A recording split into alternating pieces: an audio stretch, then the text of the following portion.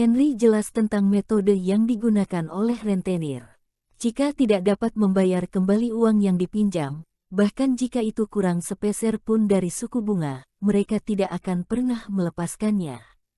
Jargon para rentenir adalah mereka akan beternak babi. Yang disebut beternak babi adalah menahan orang yang tidak bisa melunasi hutang, kemudian menjual organnya. Ketika mereka menemukan pembeli yang cocok, mereka akan mengambil organ-organ tubuhnya untuk ditukar dengan uang. Tentu saja mereka juga akan menjual semuanya, misalnya jika ada kebutuhan untuk dijadikan kambing hitam, mereka juga akan mengirim babi-babi untuk dijadikan kambing hitam, selama harganya cocok. Singkatnya, apa yang mereka lakukan adalah hal-hal yang melanggar fitrah manusia dan garis dasar sistem hukum.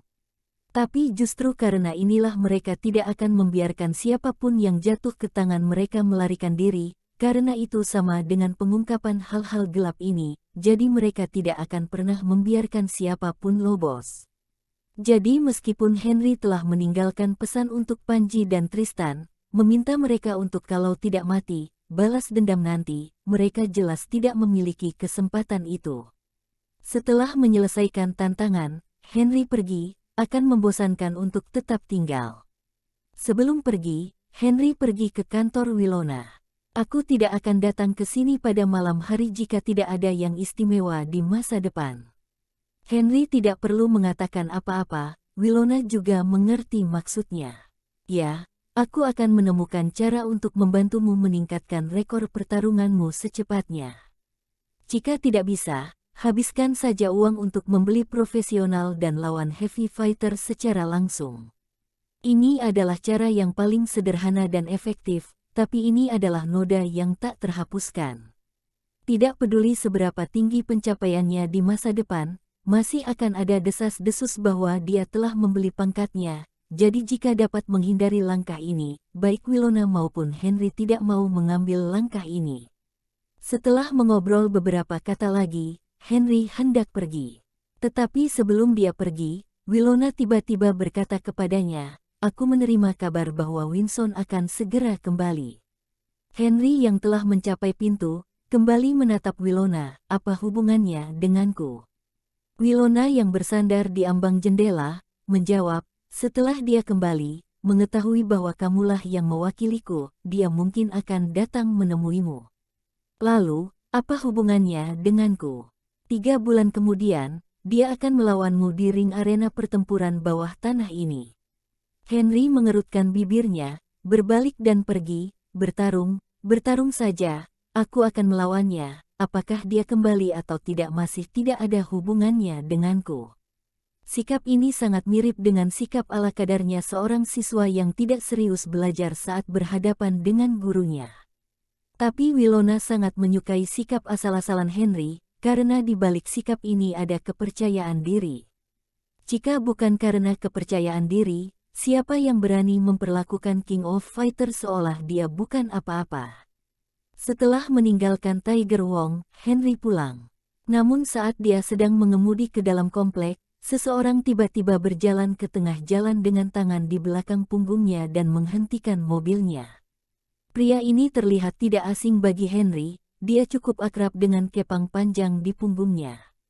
Pada malam pertarungannya dengan Mad Dog, Winona telah memperkenalkan orang ini, dia adalah orang kepercayaan Winson, Rambo Ortiz.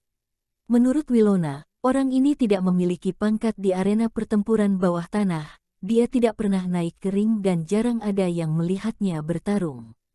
Namun, ada desas-desus bahwa dia telah bermain melawan Winson tanpa ada pemenang. Tidak ada yang tahu apakah itu benar atau tidak, tapi sudah pasti Rambo adalah petarung yang baik. Rambo berdiri di tengah jalan, mencegah mobil Henry terus melaju. Henry membuka sabuk pengamannya, menarik handrem, kemudian turun dari mobil dan berjalan menuju Rambo. Sambil berjalan, Henry juga ingin bertanya pada Rambo apakah dia datang karena Erika atau karena Winson. Tapi sebelum Henry bertanya, Rambo yang tangannya berada di belakang punggungnya berlari ke depan. Sosok 1,6 meter itu seperti bola meriam yang bergegas langsung ke arah Henry dengan kecepatan kilat. Sebelum orang itu mendekat, Tubuhnya sedikit terangkat dari tanah dan lutut kanannya juga terangkat dengan kuat. Alih-alih menggunakan tinjunya lebih dulu, atau menyerang dengan kakinya, dia justru memilih untuk menyerang dengan lututnya. Orang yang melanggar rutinitas konvensional seperti ini adalah pelajar baru atau master yang telah membentuk sistem serangan yang lengkap.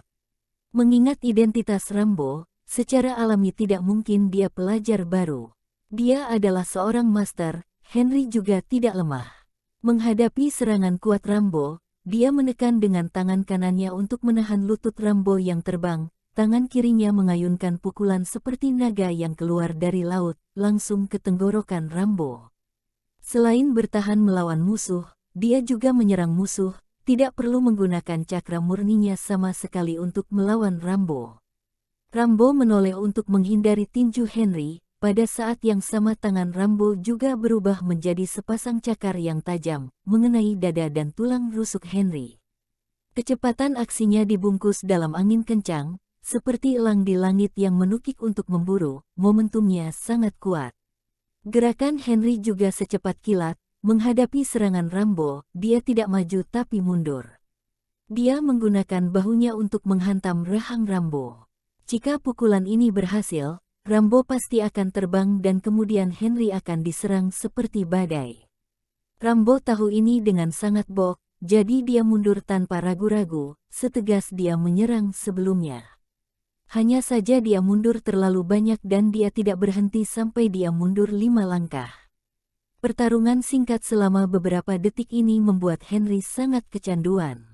Karena Rambo sangat bagus dan hanya berdasarkan beberapa gerakan yang baru saja dia lawan.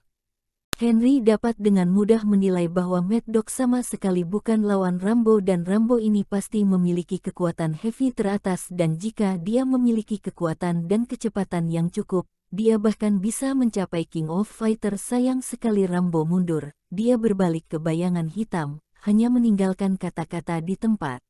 Erika tidak akan menyentuhmu untuk saat ini, Winston akan segera kembali, jaga dirimu sendiri. Kata-kata itu masih melayang di udara, tapi sosok Rambo telah benar-benar menghilang ke dalam bayangan gelap di pinggir jalan. Elni membuat Henry sangat terkejut. Dia memulai pertarungan tanpa mengucapkan sepatah kata pun. Ketika Henry benar-benar ingin bertarung, dia mundur. Jelas, Rambo sedang menguji kemampuannya. Dia dapat memahami masalah menguji, tapi kenapa dia mengingatkan dirinya sendiri tentang tindakan Erika dan Winston? Apa yang akan mereka lakukan?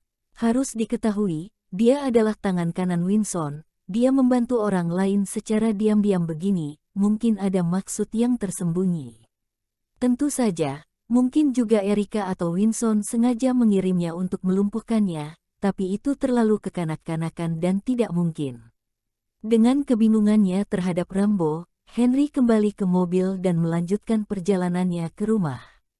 Pada saat ini, Amber sudah selesai menasihati Florence. Ketika Henry kembali, dia hendak kembali ke apartemennya di seberang untuk tidur. Tapi sebelum pergi, dia menjelaskan kepada Henry, pergilah ke sekolah sebelum jam 3 sore besok untuk mengisi kelas, jangan terlambat. Karena sudah berjanji, Henry tentu saja tidak mundur. Namun, karena ada kata kecelakaan dalam kamus, maka kata itu juga pasti ada dalam kenyataan.